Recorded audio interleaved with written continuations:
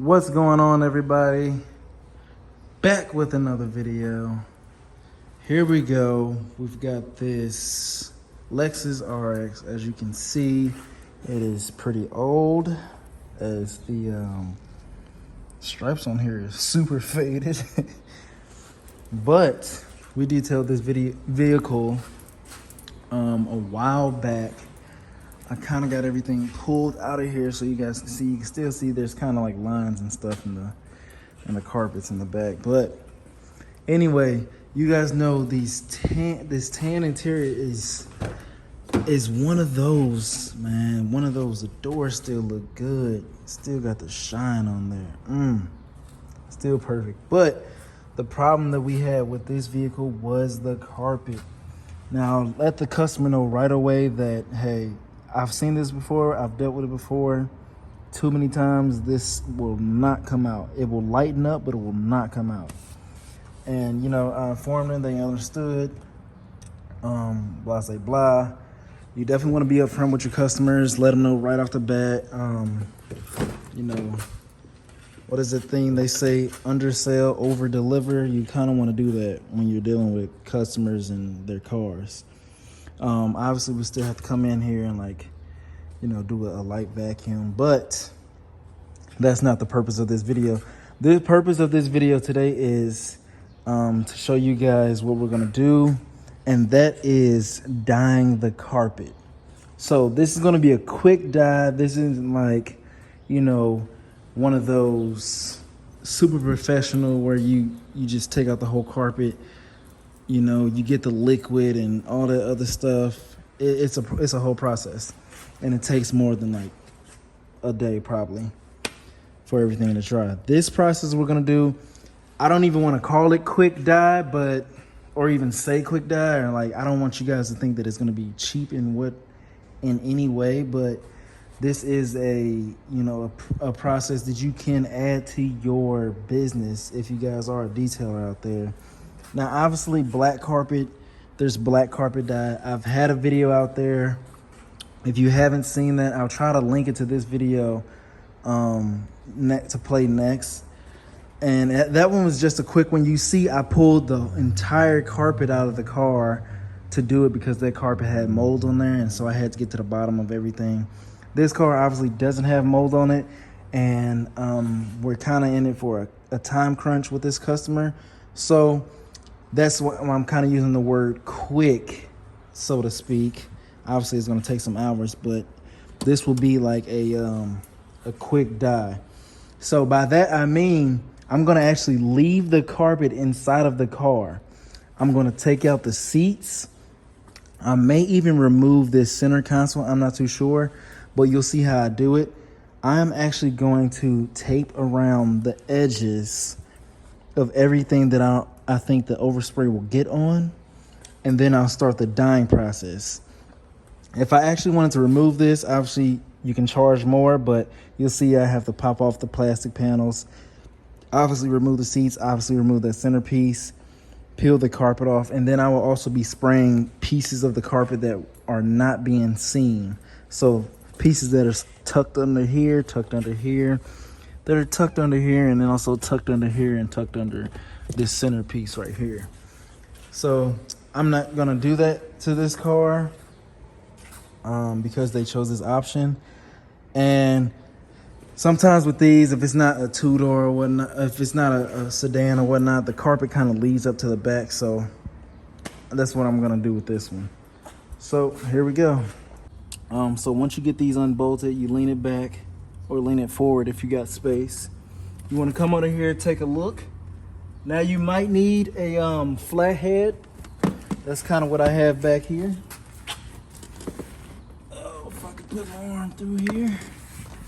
So I got me a flathead right here, or use a panel popping tool. They all work the same. You want to come up under here, and each of these wires have tabs that are hooked up to them. And you guys seen me do this before on this channel. So I'm gonna go ahead and find these tabs, pop out these wires. Some of them you have to push in. Some of them you might need a fingernail for. And then sometimes they're clipped on, so you will need a panel popping tool. In one side, and bam. Now we got all 3 pieces on now. These all go in there. And then this is a piece that held it into the metal. And then you can see some Dorito fell. But back to business. Okay, so now moving on to the back seats. You'll notice that in some of these cars, they're kind of attached right here towards the back. So you will need kind of like a prying tool. This is a panel popper piece right here that allows you to hook up under there and just pull out the clips. Right here, underneath this piece is going to be clips so you can get to that bolt down there to actually remove this back seat. So I'm going to kind of show you guys that.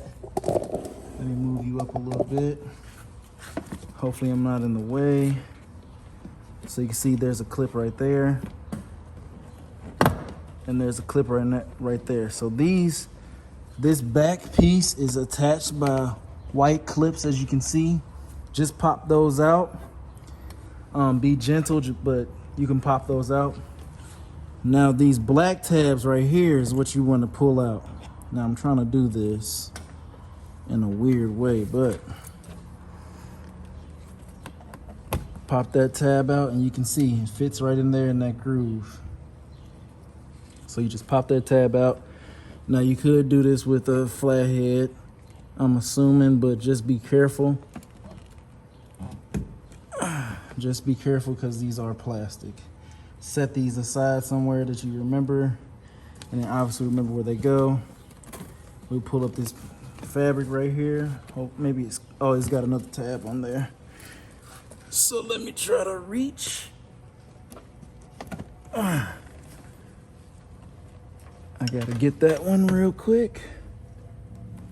Bam. Now we got the 3 tabs. We can lift this bad boy up and then you'll see this can just come out like so. I've never seen that before. Apparently, let me show you guys this real quick.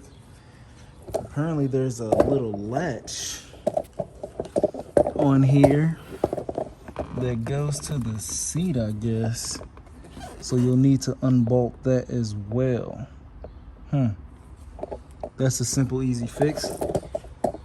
I'm not too sure of the size of that, but we're gonna get that taken off as well. Okay guys, so we are back. So now I'm just kind of using something out of my wrench set. This is a 3/8, as you can see. Pop that bad boy in there. And then obviously lefty loosey. Trying to do this behind the camera, man. This is pretty difficult. All right, let me see if I got that out of there.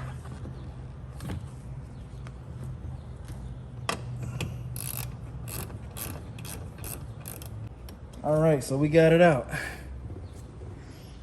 So this is the piece. Now, some of the cars I've done before haven't had this little latch on there, which is pretty crazy to me. So you always run into something new. Obviously set that aside. Don't forget that. And it's still kind of hooked in here. So what I'm gonna have to do is pull this seat up and then kind of unhook it. It's a hook on the end that you guys can't see that's down in there. So give me 1 second. Let me lift up the seat. Pop that out, bam. See that little hook right there? You guys can see that, and it just hooks in.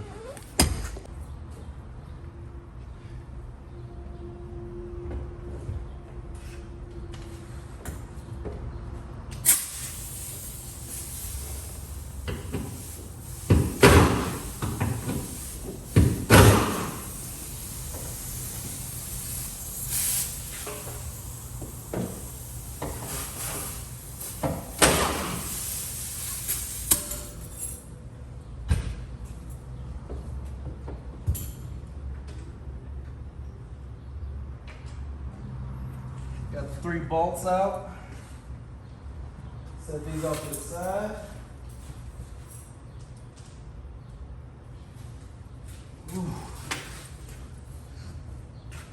Now you want to keep the chair folded.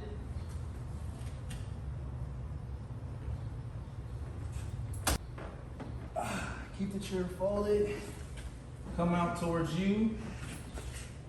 Make sure you're holding it tight so you don't scratch up the door. Okay, real quick. As you can see, we got everything out of there. There's a ton of stuff that we got to get out. Obviously, we're going to try to clean this up, these stains that were deep in here. But, oh yeah, it's on this side. So anyway, these bolts came out. And the one on the right side came out as well, but the one on the left was super stuck. I didn't want to strip the bolt or anything, so I decided to leave this seat in here throughout the whole process. And it should be pretty easy to still do if you run into this situation. Obviously, this is what you do. Do not strip that bolt, because obviously you have to buy a pack of 4 or 5 or 6 or whatever, and that could be, you know, $30 or so, but you don't want to strip that. So I can still lean this seat up a little bit to spray up under there to get the sides perfect, but that's okay.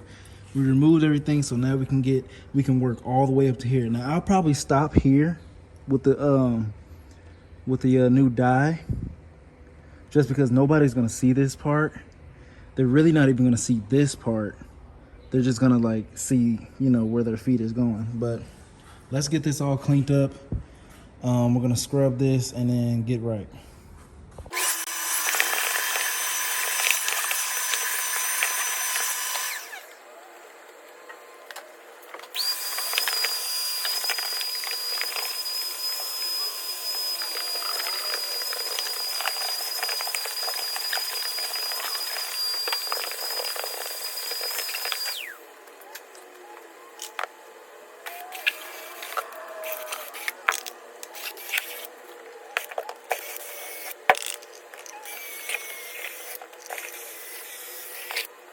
Okay guys, so we are here about to do the first die section. So you can see I got the tape. I got the tape all around the edges. Now I am probably going to go up a little bit higher on the tape possibly. But what I usually use for this type of process, if I'm doing a small section in the car, I always have these license plates back here, you know, that I kind of use to kind of put up against the edge, and then I spray on it so it'll block it off overspray wise. Obviously I tape up those circles, but for this type of project, what you would need, this is all the tools. Obviously you need your respirator mask. You could use some tape and drape possibly. I got the fans going right now, but for these first couple passes I'm going to turn them off. But obviously you need some tape. I like to use Q1 on most of my wrap jobs. Obviously I got some blue painter's tape. You can use that as well.